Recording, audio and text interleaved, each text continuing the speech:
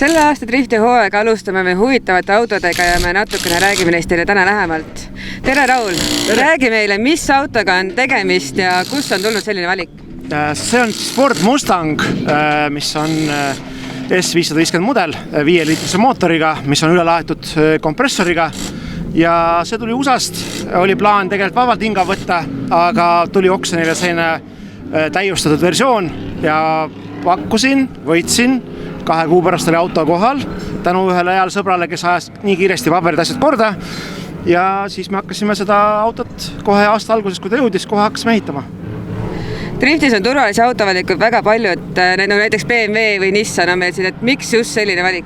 No nagu te võib-olla teate, Rannest Motorsport ei ole kunagi kergema vastupanu teed läinud, et meil see eelmine kui Mersu oli ka väga raske ehitus, aga lõpuks me saime selle auto ikkagi sõitma ja sõitis ilusti ja BMW oli ka meil superfinaalide ajal E46, aga see ei olnud minu jaoks see ja see jättis mind täiesti külmaks ja ma tahtsin midagi erilist. Kui midagi teha, siis teha natuke teistmoodi. Kui palju on üldse säilinud midagi originaalset sellel autol ja kui palju on ikkagi seda rätsepa tööd olnud? No originaal on ainult kere, et ülejäänud on ja mootor ka. Kere ja mootor on ikkagi üle käidud, mootor samamoodi on ikkagi täiustatud, et ta vastu peaks ilusti murevabalt ja praegult ongi, me oleme siin ütleme mingi 20 ringi ära teinud ja mitte ühtegi muret ei ole, et auto on ikka väga hästi ehitatud. Ameerika autod pole algselt mõeldud nii suure nurga all sõitmiseks. Mis on selle ehituse juures teisiti tehtud, et saada teda paremini keerama? No see on ikkagi tänu Wisefabile, et nende arendustöö ja nad täiustasid oma kitti just meie auto kallal, käisid vaatamas, panid roolilati elektrilise ise meile külge ja kõik ongi tänu nende abiga tehtud, et see nii hästi sõidab ja nii hästi keerab ja väga mugav on juhile, kes pole varasemalt drifti niimoodi võistlustel kunagi sõitnud ja see on hea auto. Kui varasemalt me Lennartit oleme näinud raja ääres kaameraga, siis sellel hooajal näeme teda Rannest Motorspordi autoroolis ja Lennart, räägi, kuidas sa sattusid siia? Läbi oma klippide.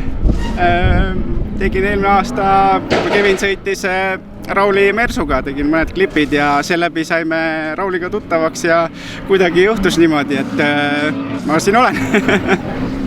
Esimesed trennisõidud on tehtud. Mis tunne on sõita Mustangiga autoga? Oled sa varem sõitu Mustangiga? Mustangiga ei ole. Auto on kindlasti väga hea, aga ma ise olen väga roostes. Ma sõitsin viimati 5 aastat tagasi ja siis ka E30-ga, mis on palju väiksem auto. Ja mis sinu ootused selleks hooajaks? Ma arvan, et saada punktid kindlasti ja hooaja lõpupoolegi võiks proovida suruda. Minu kõrval on Martin Vago, kes on toonud meie driftimaastikule uue põneva võistlusauto. Martin, räägi, mis autoga on tegemist? Ford Mustang. Ei ole. See on Chevrolet Corvette C5 aastast 99. Mis on selle auto ajalugu? Kuidas see jõudis sinu kätte ja kust tuli mõte sellest teha driftiauto? See jõudis minu kätte USA-st. Oksjonilt, katkiste autode oksjonilt, seal tegelikult sõitepill, aga automaatkastiga, kes see sõidab ameeriklase automaatkastiga. Nii et ma võtsin selle automaadi maha. Tegelikult sai niipidi pikalt öeldes, siis sai see auto ostetud eesmärgiga teha sellest ikkagi drift missile. See, kuidas see sündis, on võib-olla huvitav. Me olime Oliveri kodus.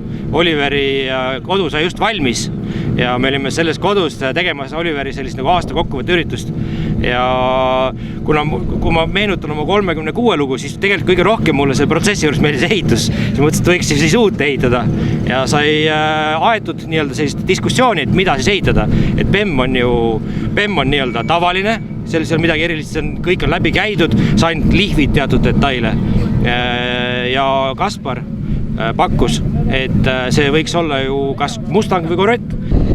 Räägi meile, mis sellel autol on originaalset veel alles? Kere. Kere küll on lühendatud, et eest on talaosa maha lõigatud ja tagant on talaosa maha lõigatud, aga kogu ülejäänud kere on ikkagi originaal. Siin on isegi veel originaal uksed küljes, aga tulevad nüüd bodykit tuleb Soomest praegu. Räägi läheb, mis mootoriga on tegemist ja mida te olete ise selle mootoriga juurde teinud? Me oleme seda ise vahele pannud. Tegelikkuses see mootor on 6-liitrine, teile plokikaaned on pärit Henri Puhmase driftikalt, mis sõitis aastal 2014 või 15 või? äkki niimoodi. Need olid tal riiuli peal valmis üheks projektiks ja see plokk oli ka tal valmis ostetud kunagi ammu. Mul oli omal ostetud mingi set valmis ja siis ma ostsin ära Henrilt hoopis tema seisma jäänud seti ja me ehitasime sellest nüüd turboka seti. See on 6-liitrine malmplokiga, LS3 kaantega ja siis ülejäänud kola on tutikas USA-st pui tehtud. Olete sellega ka dünopingis käinud? Käisin. Kuidas läks? Hästi. Numbreid? 0,35 barri boosti ja kuskil 550 kilovatti ja 900 newtonit veist peale. All good. Väga semi-proolik, eks ole. 200 kilovatti rohkem kui semi-proos vaja. Frederik, räägi meile, kuidas sul on läinud trenni Corvettiga ja mis sa sellest autost üldse arvad? No üliäge on, aga järjest rohkem ja rohkem hakkan nagu aru saama, mis ma teen. Praegult väga nagu ei saa aru, mis ma teen. Aga ma loodan, et nagu varsti on selline kodune tunne, see on nagu väga äge. Aga eelnevalt crosskardi sõitnud, oskad sa tuua võrdlust crosskardi ja driftil? Kas istmetunnetus on selles mõttes sama või mis on nagu need suurimad erinevused?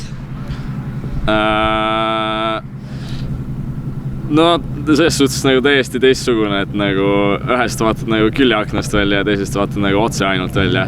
Nagu väga külge ees ei tahaks sõita. Aga no see, et on nagu tagavedu ja jäiga sillaga, siis see on nagu kõvasti aitab crosskardis siis nagu drifti üle tulla. Milline on sellel aastal huvi drifti vastu? Kas see on pigem tõusuteel või on saavutanud stabiilsuse?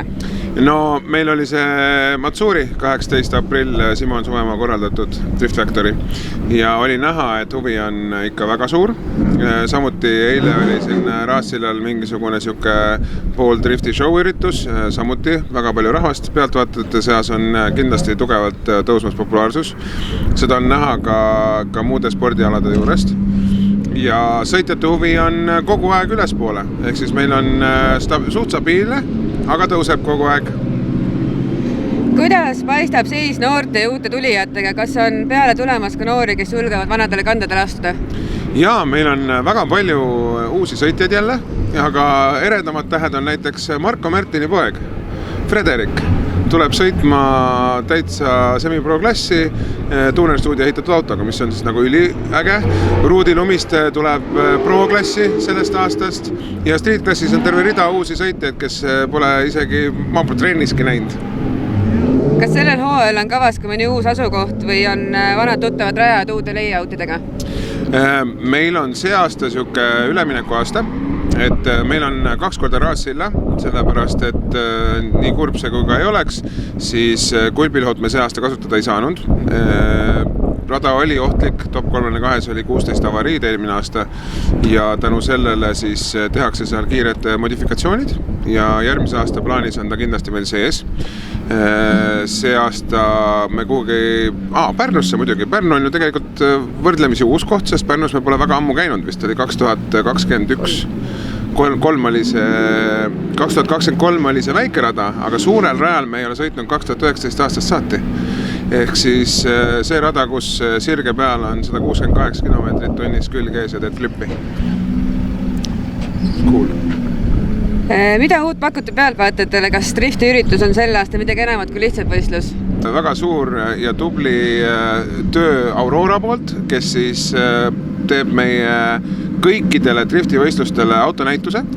Autonäitusele me ootame kõiki autosi, mis on natuke vähegi erilisemad. Et meil ei ole mingid gruppe, et meil ei ole lowridereid, meil ei ole mingid ulmetuuningupillid, meil ei ole Ameerika autod, vaid meil on need kõik autod oodatud. Ehk siis sa võid tulla E34 aastast 1994, mis on täiesti silepill, ehk siis ilus korda tehtud, võid tulla Cadillac'iga, võid tulla üdini tuunitud Läti tuuninguga, spoileritega Ford Escortiga näiteks, võid tulla oma ilusa sileda BMW-ga, mis on teistest erilisemaks tehtud, maastureid ootame, Vene tehnikat, ehk siis igale pealtvaatajale on midagi vaadata.